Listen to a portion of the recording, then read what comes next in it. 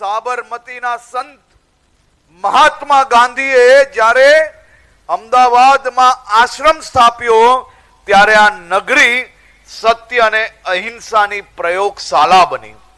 તો બીજી તરફ અખંડ ભારતના શિલ્પી સરદાર વલ્લભભાઈ પટેલ અમદાવાદથી પોતાનું જાહેર જીવનની યાત્રા શરૂ કરી.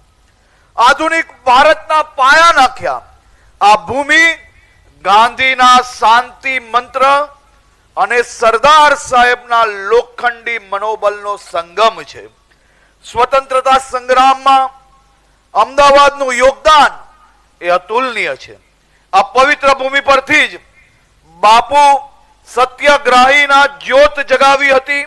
1930ની ઐતિહાસિક દાંડી કૂચની શરૂઆત પણ અમદાવાદની અહીંથી જ આ જ ભૂમિથી શરૂ થઈ હતી, જેને બ્રિટિશ સામ્રાજ્યને પાયા હલાવી દીધા હતા.